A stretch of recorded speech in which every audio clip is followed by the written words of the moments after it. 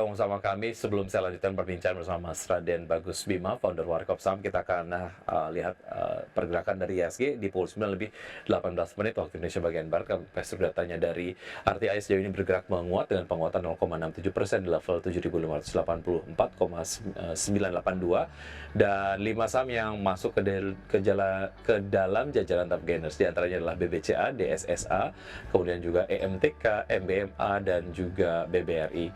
Tahap losers, 5 diantaranya adalah ada Koin, AMMN, Cuan, CDIA, dan juga Wi-Fi. Pergerakan sektoral, sektor keuangan sejauh ini memimpin penguatan dengan penguatan 0,98%, dan sektor yang memimpin pelemahan adalah basic industries yang melemah 0,68% atau hampir di range 0,7%. Dan berikutnya kita akan simak pembukaan dari bursa-bursa utama Asia di pagi hari ini. Pemirsa dapat Anda saksikan di layar televisi untuk bursa-bursa utama Asia. Ya, Kompak dibuka menguat dengan Nikkei ditutup di perdagangan hari ini. STI Singapura menguat 0,11% di level 4.244. Kemudian Kospi Korea dibuka menguat 0,09% di level 3.212. Kemudian Hang Seng Hong Kong dibuka menguat 0,04% di level 24.869. Dan berikutnya adalah saham-saham yang direkomendasikan pagi hari ini dari Mas Bima. Di antaranya adalah ada Antam dengan support di 3.000, resistance di 3.500, BRPT support di 2.370, resistance di 2.460, Unilever di support 1.720, resistance di 1.930, dan Ratu di level support 6.900 dan resistance di 8.000. Semua saham direkomendasikan buy. Kita kembali berbincang bersama Mas Bima. Mas Bima, sebelum kita bahas saham-saham pilihan yang Anda rekomendasikan pagi hari ini terkait dengan optimisme IHSG bisa mencapai 8.000. Menurut Anda, sejauh mana ini kemudian bisa menjadi sebuah target yang bisa direalisasikan dalam waktu dekat? Atau ini kemudian menjadi target yang nampaknya most likely akan terjadi di akhir tahun? Tentu saja mempertimbangkan berbagai macam indikator lah ya. Seperti apa analisis Anda, Mas Bima? Ya, menurut saya kalau kita melihat dari sisi teknikal masih sangat memungkinkan IHSG kita untuk mencapai level 8.000 karena memang kalau kita lihat dari level saat ini ke level 8.000 itu kita hanya butuh sekitar 6% saja penguatan IHSG. Namun kalau kita lihat dari sisi beberapa data ya, perkembangan data kita untuk di kemarin yang sudah dirilis bahwa ada pertumbuhan dari sisi ekonomi kita, namun saya melihat hal ini masih cukup berat tantangan kita. Kalaupun nanti HSG mampu menguat sampai di level 8.000, kemungkinan besar bisa di akhir tahun atau bahkan di awal tahun nanti.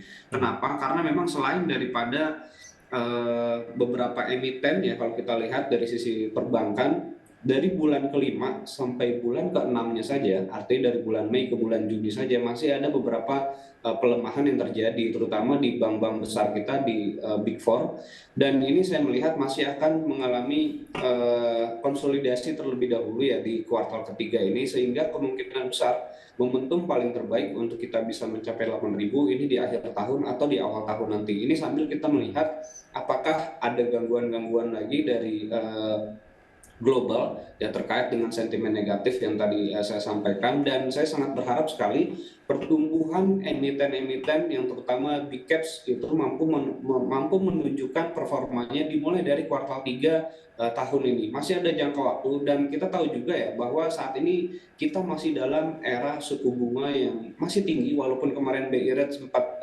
turun 25 basis point, tapi menurut saya saat ini era kita masih cukup tinggi, dan bahkan penurunan suku bunga tersebut pun bahkan mungkin ya baru bisa mempengaruhi kondisi real market kita di 3 bulan atau bahkan 6 bulan ke depan, sehingga untuk mencapai 8.000 walaupun secara teknikal membutuhkan 6% lagi saja, tapi secara data-data pendukungnya kita masih membutuhkan waktu. Jadi perkiraan saya di akhir tahun atau di awal tahun depan. Baik, kinerja dari emiten big caps ini diharapkan dapat menjadi backbone lah ya, ataupun pendukung dari penguatan IHSG yang secara optimis bisa tercapai 8.000 antara di akhir tahun atau di awal tahun 2026. Kemudian tantangannya tentu saja terkait dengan apa yang terjadi di global, sentimen negatifnya. Diharapkan kinerja dari emiten big caps dapat menjadi penyeimbang. Baik, kita ke saham-saham yang direkomendasikan pagi hari ini, Mas Bima, diantaranya adalah Antam terlebih dahulu. Analisis selengkapnya untuk Antam seperti apa? Ya, untuk Antam saya rekomendasikan pembelian selama berada di atas level 3.000. Ini level 3.000 merupakan level stop loss-nya. Target untuk Antam itu masih di level 3.500. Ini untuk swing trade ya, sehingga potensial profitnya di 3.500 tersebut itu di level sekitar 13% ya untuk Antam. Saat ini sedang terkoreksi dan bisa dimanfaatkan untuk akumulasi pembelian untuk saham Antam. Baik untuk Antam swing trade artinya ini hanya untuk jangka pendek terlebih dahulu ya, bisa dimanfaatkan untuk Antam ya. Ya, betul. Baik, dari Antam kita ke BRPT seperti apa Mas Bima? Ya, BRPT ini juga salah satu saham yang menurut saya cukup memiliki potensi yang sangat menarik ya. Untuk saat ini BRPT saya rekomendasikan pembelian, walaupun memang saat ini sedang mengalami koreksi ya sekitar 1,6%. Saya masih optimis untuk BRPT selain karena trennya cukup baik ya, cukup menguat, dan nanti beberapa bulan ke depan diisukan BRPT akan meng-IPO-kan anak usaha, sehingga ini menjadi sentimen positif untuk BRPT. Saya targetkan untuk BRPT itu di level 2.800, sekitar 2.800 ya untuk target BRPT. Sementara untuk level stop loss-nya ada di level sekitar 2.400. Oke, baik itu tadi ya BRPT. Kemudian kita ke Unilever, Mas Bima, seperti apa?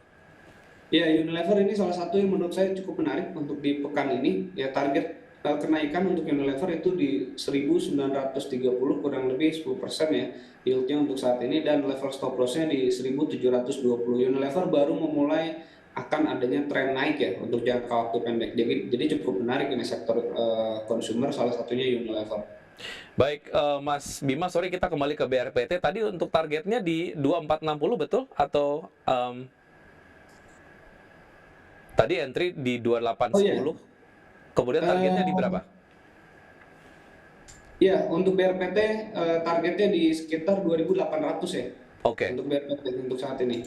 baik. Dari BRPT Unilever kita ke Ratu, seperti apa Mas Bima? Ya, mungkin tadi saya ada koreksi ya. Untuk Ya, BRPT target baik. 2.800 dan level pembeliannya itu di 2.460. Baik. Untuk saham Ratu ya, ini salah satu saham yang tentunya cukup menarik kita perhatikan sampai nanti menjelang rebalancing di tanggal 26 nanti.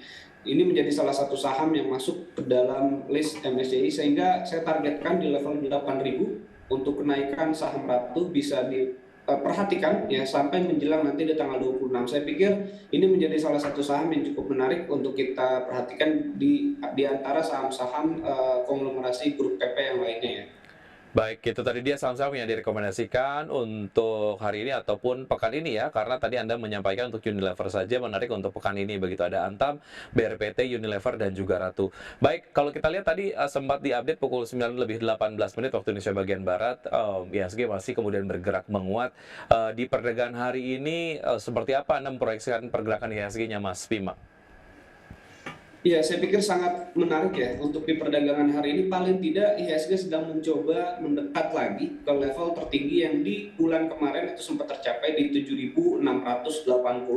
Ini juga hanya sekitar 1,8% ya. Seandainya IHSG menguat sampai 1,8% atau mendekati sekitar 2%, itu melampaui level tertinggi di bulan Juli kemarin. Ini didukung juga oleh penguatan dari beberapa perbankan BBCA, BBRI yang menguat. Menurut saya ini cukup baik ya, menguatnya masih ada di level bottom gitu untuk BBCA. Jadi IHSG sudah tinggi, tapi BBCA masih di bottom, sehingga jika nanti beberapa saham perbankan ini kembali menguat lagi, ya IHSG berpeluang lebih cepat gitu untuk bisa mencapai level tertingginya. Baik, itu tadi beberapa analisis yang sudah direkomendasikan atau disampaikan oleh Mas Bima. Semoga dapat menjadi referensi dan juga sumber informasi untuk pelaku pasar dapat menerapkan strategi investasinya, namun keputusan investasi kembali ke tangan investor. Mas Bima, terima kasih sudah bergabung sama kami. Sukses selalu untuk Anda, sehat selalu, sampai jumpa. Ya, terima kasih, selamat pagi. Baik, selamat pagi dan pemirsa, sudah 90 menit kami menemani Anda dalam Market Buzz. Semoga pembahasan hari ini dapat menjadi referensi dan sumber informasi untuk Anda. Tetap berbarui informasi Anda hanya di IDX Channel, your trustworthy and comprehensive buzz and reference. Jangan lupa untuk menyaksikan program First Session Closing yang akan tayang pukul 12.00 waktu Indonesia bagian Barat. Karena urusan masa depan harus yang terdepan, aku investor saham, saya Wiki Adrian mewakili rekan Vina Munawar dan juga rekan-rekan yang bertugas undur diri. Terima kasih, sampai jumpa.